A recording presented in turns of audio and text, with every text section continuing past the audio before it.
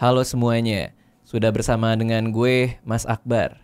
Halo Bang. Halo, dari Conclave. Yes. Conclave ini coworking space ya. Yoi. Oke, gue nih tertarik banget mau ngomongin soal coworking karena ini buat yang nonton juga yang buat dengerin. Sejarahnya tuh dulu orang mikir yang namanya YouTube itu nggak ada duitnya. Jadi gue bikin YouTube itu dari 10 tahun yang lalu, dimana AdSense tuh masih belum ada tuh. Masih orang ketika bikin YouTube ada video terus iklan di depan nongol, itu tuh orang bahkan belum tahu ada itu gitu. Oke. Jadi emang buat hobi doang. Nah makin lama makin kesini ternyata ada duitnya. Sampai Atta Halilintar bisa beli BMW i8 tuh. Just No Limit bayar pajak sebanyak apaan tahu tuh duitnya dikeluarin sama dia gitu. Jadi gue berangkat dari yang emang belum ngerasain duit dari YouTube sampai sekarang udah ada gitu. Nah seiring dengan berkembangnya bisnis, maka punya kantor adalah sebuah kebutuhan kan. Waktu itu mulailah nyari-nyari kantor nih di dekat-dekat sini nih, di dekat Kemang, kan rumah di Kemang. Nyari kantor di mana ya? Ada yang ruko 3 lantai, setahun 300 juta. Terus ada lagi di mana di gedung kantor ya. Di gedung kantor itu per meternya bisa 300.000. Berarti sebulan mungkin bisa 20 juta, 28 juta sampai 35 jutaan. Nggak sanggup banget gitu kan bayar segitu. Apalagi tim juga tim yang kecil kan, maksudnya nggak terlalu banyak. Nah di tengah-tengah pencarian itu nemulah yang namanya coworking space. Jadi kalau yang belum tahu ya, coworking space itu, nah ini yang punya aja deh yang ngomongin deh. Coworking space itu apa?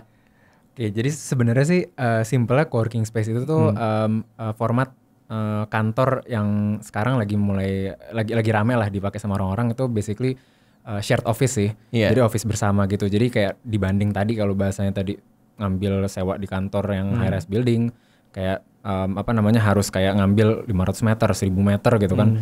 Kan nggak semua orang sebenarnya juga karyawannya pas baru mulai bisnis langsung buat 500 meter, 1000 meter gitu. Jadi kayak dibanding itu jadi ibaratnya kayak ngeketeng kantor sih. Iya. Keteng kantor gitu. Kurang lebih sih arahnya coworking itu ide awalnya dasarnya dari sana buat ngebagi biaya kantor lah ibaratnya. Oke. Nah di tengah pencarian itu nemulah yang namanya coworking space. Terus salah satunya yang dekat rumah adalah Conclave. Makanya gue nyewa di situ waktu itu. Setahun kalau nggak salah tuh.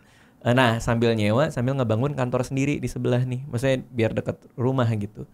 Nah pengalaman di sana ternyata memang banyak ya yang nyewa ya, tapi rata-rata emang perusahaan rintisan ya. Apa emang ada perusahaan gede juga yang nyewa coworking ini? Sebenarnya sih kalau majority tetap ini sih tetap perusahaan-perusahaan rintisan sih, misalnya kayak startup gitu. Dan misalnya tapi sekarang tuh sebenarnya mulai banyak juga sih sebenarnya kayak perusahaan-perusahaan yang lebih besar gitu kan. Ibaratnya mereka nyewa lebih ke buat kasarannya apa ya, nyobain saya kayak kalau misalnya beberapa divisi kita misalnya ditaruh di tempat kerja yang agak beda nih, lebih produktif nggak, lebih seru atau enggak gitu-gitu sih sebenarnya. Tapi lumayan banyak sih sekarang beberapa kayak corporate gede. Kalau gue ngelihat malah sempat Bukalapak ya di Conclave yang kantor gue situ ya. Itu Bukalapak nyewa buat apa itu? Dia di situ itu yang ditaruh di situ sebenarnya tim sosial medianya mereka. Oke. Itu sebenarnya sih ceritanya agak lumayan panjang sih tapi kayak long story short sih intinya mereka waktu itu akhirnya mereka ngebagi beberapa tim mereka tuh di beberapa kantor gitu sih. Jadi kayak dan salah satunya kita yang di Simatupang tuh tim sosial medianya yang masuk situ. Masuk ke sana gitu ya. Oke. Nah, jadi kemarin juga gue lagi jalan-jalan di daerah sini nih muter-muter tuh. Terus kalau ngelihat di mana-mana iklan office space tuh juga lagi banyak banget ya. Maksudnya vakansinya itu kekosongan di gedung-gedung kantor itu ternyata tinggi ya. Zaman sekarang. Lumayan tinggi sih soalnya gimana ya, kayak gedung baru nambah terus kan tiap tahun. Maksudnya kayak gedung kantor ya, gedung kantor nambah terus kayak bisa dibilang maksudnya kayak sekarang ya demand-nya nggak sebanyak supply-nya sih. Jadi kayak maksudnya kayak at the same time itunya nambah terus kan si gedung-gedungnya nambah, tapi kantor-kantor barunya tuh picking up-nya nggak secepat itu gitu. Jadi ya makin kerasa. Jadi misalnya di beberapa gedung baru tuh lumayan kosong gitu. Iya, kelihatan banget kosong gitu kan.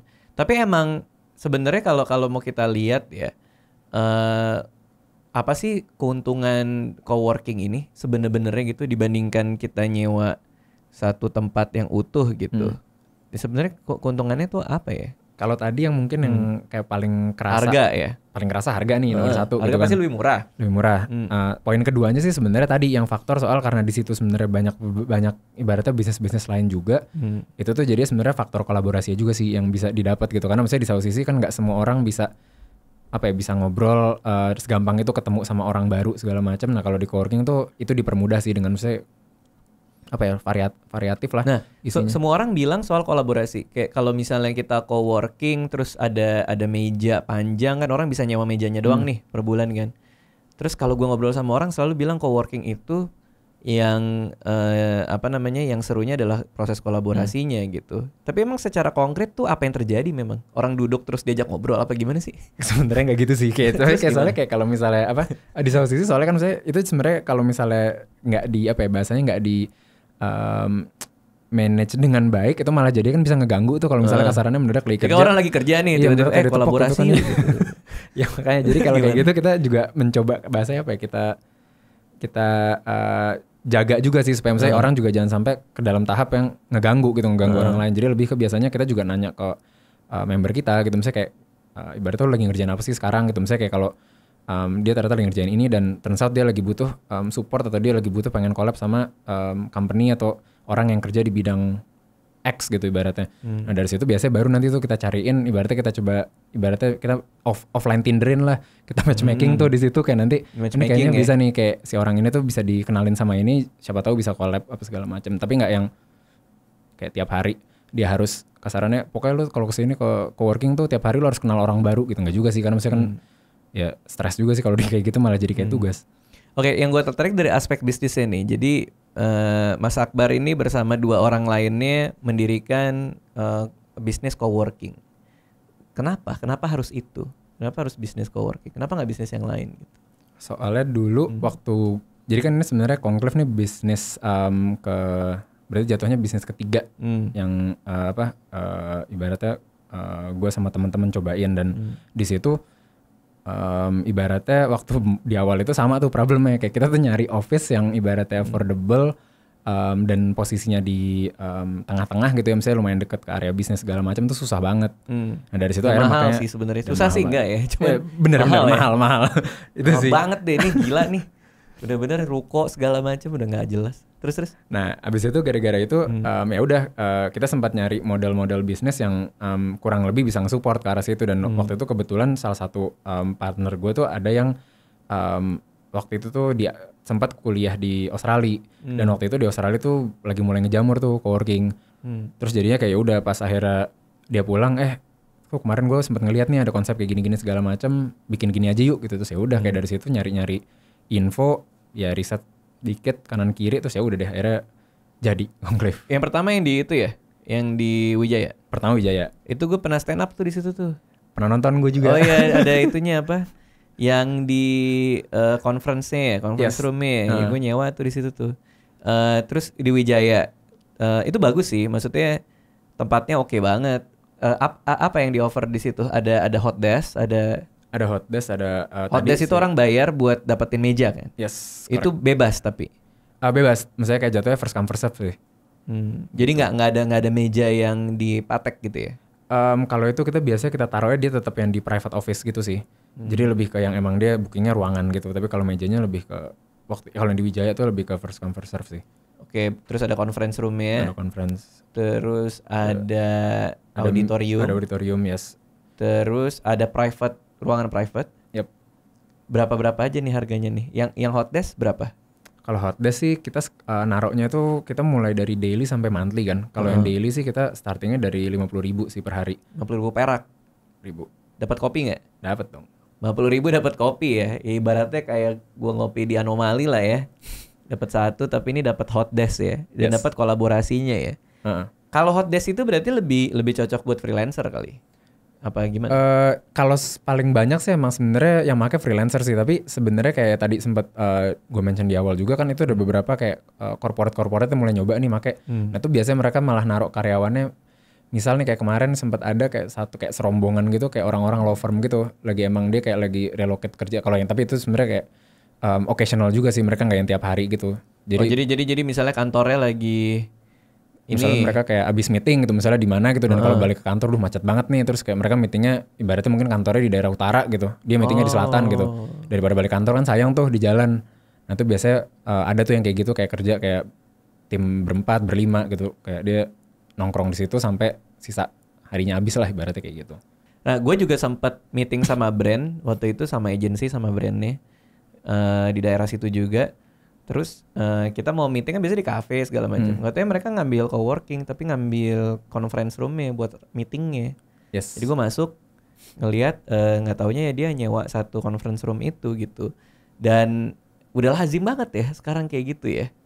Bener-bener lazim ya. Lumayan soalnya makin banyak juga kan emang playernya sekarang kalau coworking. Jadi kayak orang udah yang dulu tuh kayak kasarannya waktu pas pertama baru mulai boro-boro udah jelasin coworking kayak kadang-kadang pas udah datang aja masih suka pada nanya gitu ini apaan sih sebenarnya gitu kayak kalau sekarang untungnya sih. Berarti kalau hot desk itu sebulan berapa?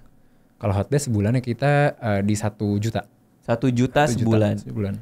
Jadi kalau misalnya gua masih tinggal sama orang tua terus gue jadi penulis daripada gua kerja di rumah kan pasti dikira nganggur tuh. Mending gua 1 juta per bulan aja ya. Bener banget tuh. Penuhin. Biar gak malu aja gitu. Kayak kemana? Kantor dulu. Terus di coworking ya kan, bener kan? Iya bener juga sih. 1 juta lumayan lah per bulan mah. Buat ibaratnya buat internet dapat segala kan. Yes, udah include semua sih. Oke, terus kalau private office-nya? Nah kalau private office itu emang tergantung luasan juga sih. Soalnya kan ada yang ibaratnya luasannya maksudnya dari yang ukuran buat 3 orang sampai yang paling gede tuh biasanya ada yang sampai up to 20 orang gitu sih. Tapi startingnya sih kurang lebih dari sekitar 6 jutaan sih, kurang lebih. 6 juta buat 5 orang. Buat 3-4 orang lah kurang lebih. 3-4 orang 6 juta. Jadi ini mungkin cocok buat perusahaan-perusahaan yang baru mulai gitu kali ya. Yep. Tapi kalau gue pribadi ya kayak mau desain poster nih atau mau desain apa ya motion grafis di depan gitu buat video. Itu gue udah freelancer semua sih kayak misalnya graphic designer dari Sri Lanka gitu misalnya. Yeah. Terus ada yang dari Bangladesh ya kan pakai Fiverr kan soalnya kan. Jadi gua nggak butuh orang yang kerja tetap kan sebenarnya gitu. Apalagi dengan informasi yang sebegitu internet maksudnya. Dengan internet yang sebegitu kencang kan kita nggak perlu untuk mantek orang dan punya office gede lagi ya sekarang ya. Yes, makanya jadi kayak emang itu tadi sih jadi kayak biasanya lebih ke tim inti lah yang ngantor di situ. Jadi kayak ibaratnya ya sih misalnya kayak ya foundernya sendiri atau siapa tapi kayak yang lebih ke kerjaan itu banyak yang ngambilnya yang hot desk tadi sih. Soalnya gue ngomong sama adik gue kemarin, gue bilang itu sistem kerja 9 to 5 itu udah dari zaman Henry Ford yang which is udah bertahun-tahun yang lalu kan. Bahkan yang ada di pabrik dan kerja dengan jam kerja malah dari zaman revolusi industri kan. Yep. Tapi kebiasaan untuk datang ke kantor, punya jam kerja pulang, masa masih ke bawah sampai sekarang? Itu kan dari zaman dulu gitu loh maksudnya. Ketika orang ya fashion aja berubah kan. Yep. Maksudnya orang kerja ke kantoran aja kan dulu pakai yang formal banget gitu. Sekarang orang lebih kasual gitu. Masa jam kerja masih tetap dipertahankan gitu. Menurut gua aneh gitu untuk orang tetap kerja kantoran dengan jam yang rigid gitu tuh aneh banget. Apa menurut lu coworking ini menjawab ngedistrap semua jam kerja dan lain-lain ini era baru bekerja gitu apa gimana sih? Kita emang ya kita sih ngecoba bantu ke arah sana sih karena misalnya di satu sisi emang kita juga ngerasain apalagi tadi tuh kayak misalnya kalau misalnya kerjaan-kerjaan kayak desain apa segala macam di outsource misalnya kayak kliennya orang US gitu kan gak make sense juga ngantor jam 9 sampai jam 5 di US-nya baru jam berapa kalau misalnya jam 10 pagi gitu kan jadi kayak lebih ke kita mencoba kayak ngebantu di arah sananya sih. Gitu jadi kayak misalnya kerja jam 9 sampai 5 terus bisa dibilang untuk beberapa tipe kerjaan sih sebenarnya masih make sense gitu tapi misalnya kayak, apa kerja jam 9 sampai 5 sebenarnya sih kalau yang sekarang kayak programmer gitu enggak programmer tadi juga sebenarnya masih bisa di relate kayak yang tadi tapi mungkin kayak macam public service kali ya misalnya kayak pelayan masyarakat segala macam itu kan juga mungkin masih bisa sih tapi ya itu balik lagi bank kayak gitu segala macam tapi kayak ya tau kayak kalau yang lebih ke freelance sih harus lebih fleksibel juga sih sekarang. Terus berarti ini bisnis bertiga kan? Kok bisa yakin banget ini bisa jalan gitu? Apalagi katanya awalnya patungan 5 miliar bener ya? Ya kurang lebih sih. Itu Tapi kan ya buat beli cendol kan bisa banyak banget tuh. Bisa diare ijo itu. Kok bisa yakin banget gitu? Apalagi tahun 2014 kan mulai kan. 2014. Itu kan belum ada kan yang kayak gitu-gitu. Kayak Conclave itu termasuk yang pertama kali gue denger sih soal coworking di sini ya. Iya, kayak sekarang kayaknya kita coworking paling tua sih kalau di Jakarta sih. Misalnya kayak ibaratnya udah dengkotnya juga sih kalau di Jakarta. Jadi kayak waktu dulu sih sebenarnya simple emang awalnya banget lebih ke apa ya? Ngelihatnya sih kasarannya itu kan jarang ya ada chance buat bisa masuk ke industri yang benar-benar kayak baru nih, misalnya kayak jadi pionir lah masuk ke industri baru apa segala macam. Nah itu ya kayak pas waktu itu ada, ibaratnya kayak kita ya udah deh nih once in a lifetime nih chance yang ada kayak gini ya, kita langsung ibaratnya langsung coba nyari partners, nyari partner investor juga, cari riset juga tentang bisnis segala macam ya. Turns out alhamdulillahnya sih sampai sekarang masih ibaratnya masih survive dan masih growing sih. Iya, dan buka di mana-mana kan. Alhamdulillahnya kayak gitu sih. Tapi emang orang zaman sekarang kayak gitu ya, nggak terlalu suka yang formal-formal gitu ya, anak-anak mudanya ya. Soalnya kayak gimana ya, soalnya kalau misalnya yang masuk ke kantor itu walaupun saya misalnya di jam kerja fleksibel atau kayak kantornya dia santai gitu bajunya segala macam, tapi kan dia tetap pas masuk tuh ada feel bahwa dia tuh ngantornya ya rigid juga kan sama aja gitu kan. Jadi kayak in a way belum macetnya juga. Belum macet iya makanya. Terus untuk ngebuka si Conclave ini keputusannya apa nih untuk lokasi-lokasinya? Cara ngenilainya, cara ngelihatnya itu gimana? Kalau kita sih tadi itu sih lebih ke naruh di posisi-posisi yang sebenarnya nggak terlalu di daerah nggak terlalu di daerah CBD sih, nggak terlalu daerah tengah-tengah banget kan. Tadi misalnya kita juga ngindarin macet, males kan kena ganjil genap segala macam tiap hari. Jadi kita nyoba nyari lokasi-lokasi yang bebas dari itu sih. Dan misalnya aksesnya kan kita hampir semua lokasi kita kan 24 jam. Jadi ya in a way buat nge-support ke sana juga kadang-kadang kalau di gedung-gedung tinggi ribet gitu sih Bang. Terus kalau Mas Akbar sendiri ngelihat yang nyewa Conclave ini member-membernya itu suka ngobrol juga berarti sama mereka. Yes. Bisnis lo apa sih, apa segala macam itu ya. Terus insight apa yang bisa didapat dari mereka yang nyewa Conclave ini? Insight kritik juga kali ya, ada juga segala macam. Kalau yang lihat sekarang sih lebih kalau kayak insight tuh mungkin mereka in a way mereka tetap pengen tetap ada dibantu tadi sih di bagian kolaborasi itu tetap turns out nggak bisa juga tadi yang makanya dilepas tadi kayak pokoknya udah masuk ke coworking tuh silakan deh nyari sendiri segala macam. Makanya di bagian itu juga kita jadi akhirnya mencoba nge-matchmaking itu tuh gara-gara input juga sih, insight dari member-member kita bahwa gue nih orangnya nggak segampang itu nih buat ngobrol sama orang segala macam, bisa dibantu nggak sih buat ngenalin gitu-gitu. Jadi itu juga salah satu hal yang kita dapat sih kalau dari akhirnya bikin event sendiri kah atau bikin event ada jatuhnya sebenarnya kadang-kadang event kadang-kadang bentukannya lebih ke FGD gitu sih yang lebih kecil, karena kalau event kan malah jatuhnya kadang-kadang terlalu rame juga, orang juga bisa bingung kan harus ngobrol sama siapa segala macam. Jadi matchmaking kecil gitu ya. In a way. Kalau dibandingin sama Bandung, ini bukan di Bandung juga ya kalau nggak salah ya. Kulturnya beda nggak tuh antara orang Jakarta sama orang Bandung dalam konteks kantor di coworking ini?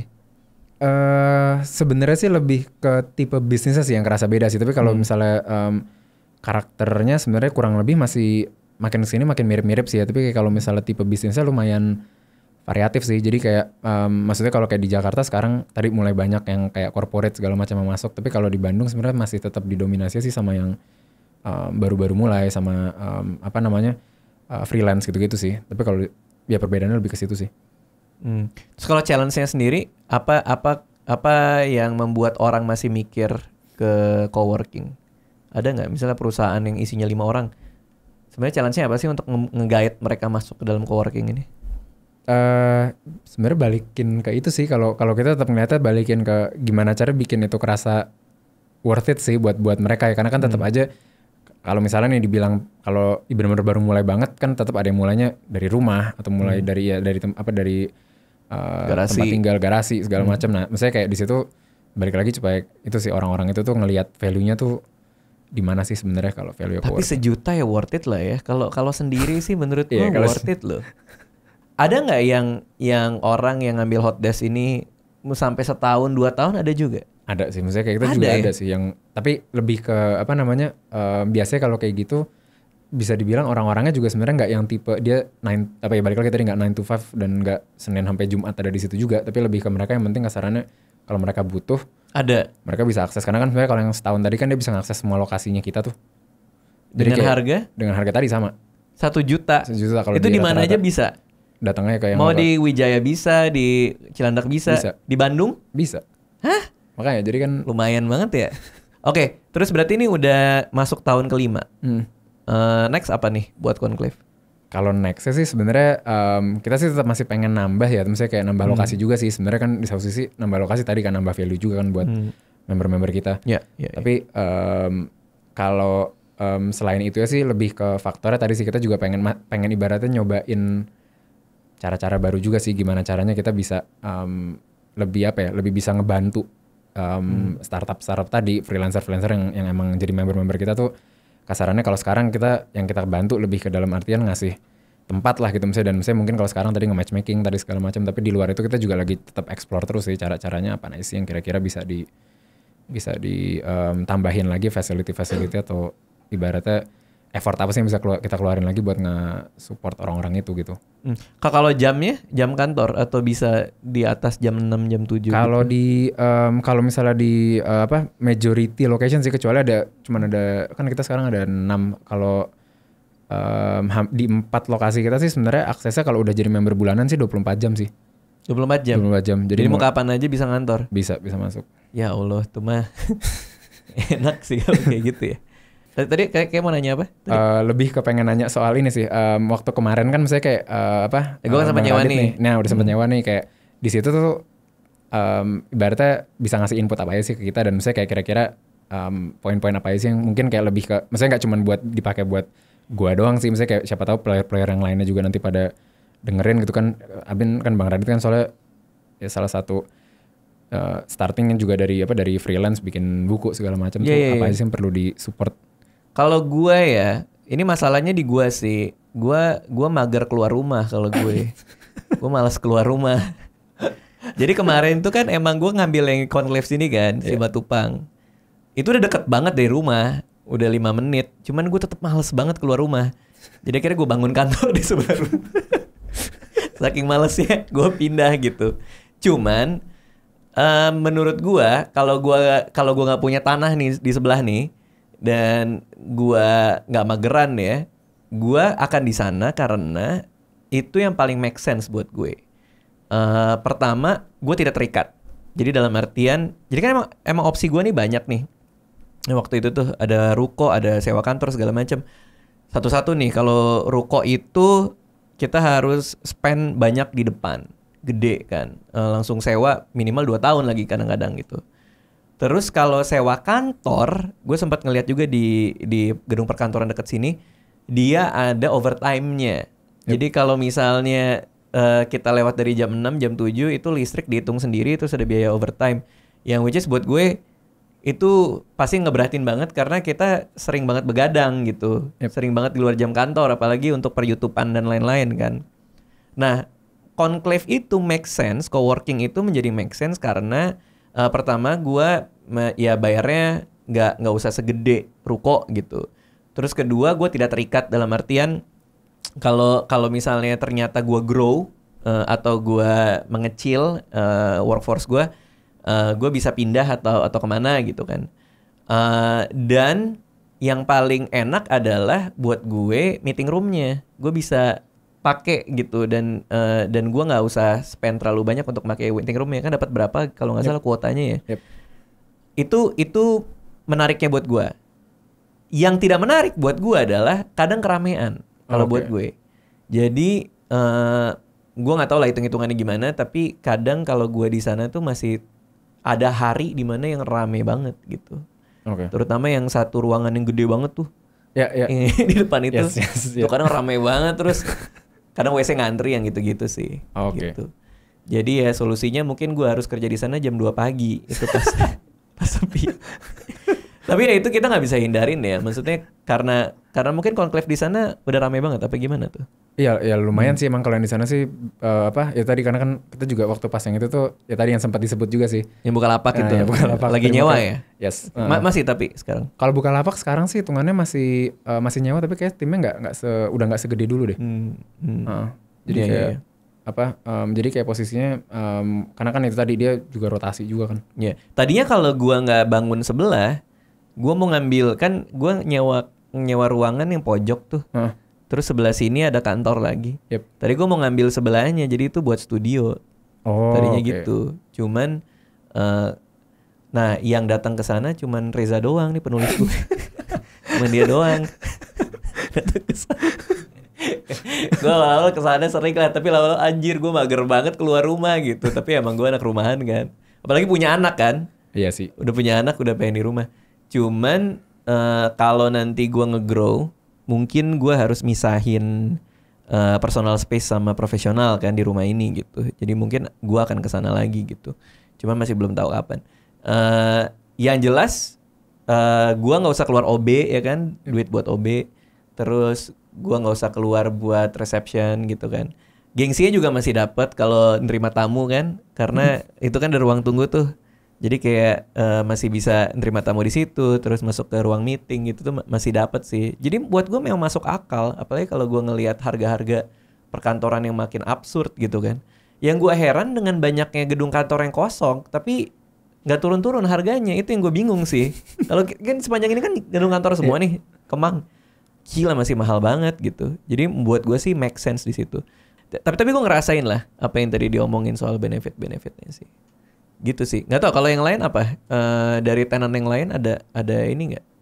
Ada kritikan atau apa gitu nggak yang mau diadres? Mungkin. Wah kalau kritikan sih namanya juga business service ya, pasti ada sih. Misalnya kayak kalau misalnya di kita sih misalnya tetap balik lagi sih emang kalau misalnya kayak kritikan mulai dari tadi tuh kayak misalnya soal pas lagi rame banget apa segala macam itu kan juga jadinya misalnya jadi internet jadi lelet apa segala macam. Nah kalau misalnya kayak gitu sih ya balikin lagi, kita sih cuman bisa kasarannya ya of course pasti nomor satu kita minta maaf sama kita coba improve terus ya emang.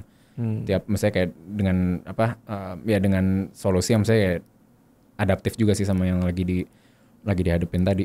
Iya. Tapi proposisi yang menarik menurut gue 24 jamnya itu sih. Itu sangat jarang yang menawarkan itu gitu. Untuk 24 jam kantor terbuka mau kapan aja kerja itu buat gue, kalau buat gue ya itu salah satu poin plusnya. Karena di kita sih kita sering banget kerja di atas jam 6 jam 7 gitu. Either itu syuting atau apapun gitu. Oke, menurut gue pribadi ini adalah masa depan dunia kerja sih. Karena dunia itu udah freelance sekarang. Gua graphic designer gua aja ada di Sri Lanka sama Bangladesh. Dan sekarang gue juga udah malas nyetir keluar ya kan. Tinggal Gokar, tinggal Grab segala macem. Jadi dunia itu udah freelance. Menurut gua pribadi ngantor konvensional itu udah usang banget ya. Jujur kalau gua boleh jujur ya udah usang banget. Salah satu apps yang gue pakai, startup yang gue pakai namanya Buffer. Dia itu yang nge-schedule Twitter apa segala macam sosial media manajemen gitu. Terus gue pernah baca blognya dia bubarin kantornya. Jadi dia salah satu perusahaan di dunia yang valuasinya udah lumayan gede. Terus dia membubarkan kantornya. Terus dia tulis di blognya, dia dihitungin sama dia overhead berapa apa segala macam. Terus gara-gara itu gue jadi terinspirasi banget gitu. Yang tadinya gue nyari-nyari office space konvensional jadi mulai ke kayak coworking atau mulai kerja di rumah atau mulai nyari freelance mana-mana. Jadi ya kalau bisa ada yang tertarik ke mana Conclave-nya, ke websitenya atau websitenya kita namanya cnclv.co. Kalau lokasi kita sekarang ada 6 di Jakarta 5 dan di Bandung 1. So ya nanti bisa dicari-cari di Google Maps. Oke. Terakhir banget nih untuk orang yang mau berbisnis. Ini kan 2014 Conclave didirikan, sekarang cabangnya ada di mana-mana sampai di luar kota. Sebenarnya apa yang kalian lakukan yang benar itu apa sih sebenarnya? Sampai bisa begini. Berat juga tuh pertanyaannya kayaknya. Apa yang benar? Yang benar tuh apa gitu. Karena kan berapa? 60-70% startup kan gagal di 2 tahun pertama kan. Iya. Jadi apa yang benar sebenarnya? Sebenarnya sih lebih ke ini sebenarnya juga kayak lumayan relevan sama sama beberapa orang juga yang kerjanya freelance segala macam sih. Lebih ke kalau buat gue sih ngeliatnya yang penting ada komitmennya dan konsistensinya sih sebenarnya. Karena maksudnya lebih banyak kayak kadang-kadang ada yang tadi misalnya kayak itu tuh sebenarnya orang tuh nggak sadar kalau misalnya dia tuh problem dia tuh bukan karena misalnya ide jelek atau misalnya kayak timnya dia kurang bagus apa segala macam, tapi lebih ke ya komitmen dia ke si usaha dia sama konsistensi dia buat ngerjain itu tuh sebenarnya yang kurang sih sebenarnya kalau gue ya based on personal experience sih kalau itu. Nah ini yang secara konkretnya apa nih maksudnya nih? Komitmen yang kurang tuh gimana? Lebih ke dalam artian misalnya kayak contoh kadang-kadang kan kalau misalnya ada sekarang lihatnya pokoknya yang kerja kantoran dia pengen bisnis, tapi bisnisnya bisa jadi kayak jadi fokus ke 3 ke 4-nya dia gitu loh, dan misalnya kayak which kalau gue ngeliatnya itu kayak kurang pas sih, karena maksudnya kayak kalau emang kayak gue lagi ngerjain ini tiba-tiba gue ada di lain nih. Yes. Akhirnya malah barengan dan malah nggak ada yang jalan. Yep. Ada ke sana sih dan. Tapi gimana caranya supaya bisa fokus ke satu doang? Ketika godaan untuk ngerjain yang lain itu muncul, apa yang dilakukan? Sebenarnya balikin lagi itu sih tadi ke konsistensinya sih bang. Kayak maksudnya karena misalnya kalau misalnya asal udah tahu nih misalnya kayak targetnya oke pengen arah ke sini, at least ya kasarannya see it till the end gitu sih, misalnya kayak unless emang bener-bener udah oke nih that's udah end of line-nya nih gitu, misalnya kayak itu sebenarnya masih bisa, pasti ada gitu loh, pasti ada jalan yang bisa ditabrak lah ibaratnya gitu loh supaya buat maju terus. Oke. Siap. Oke. Thank you Mas Akbar. Sukses buat Conclave-nya. Thank you banget bang. Terima kasih sudah menonton video ini. Jangan lupa subscribe untuk menunjukkan dukungan kamu kepada channel gue.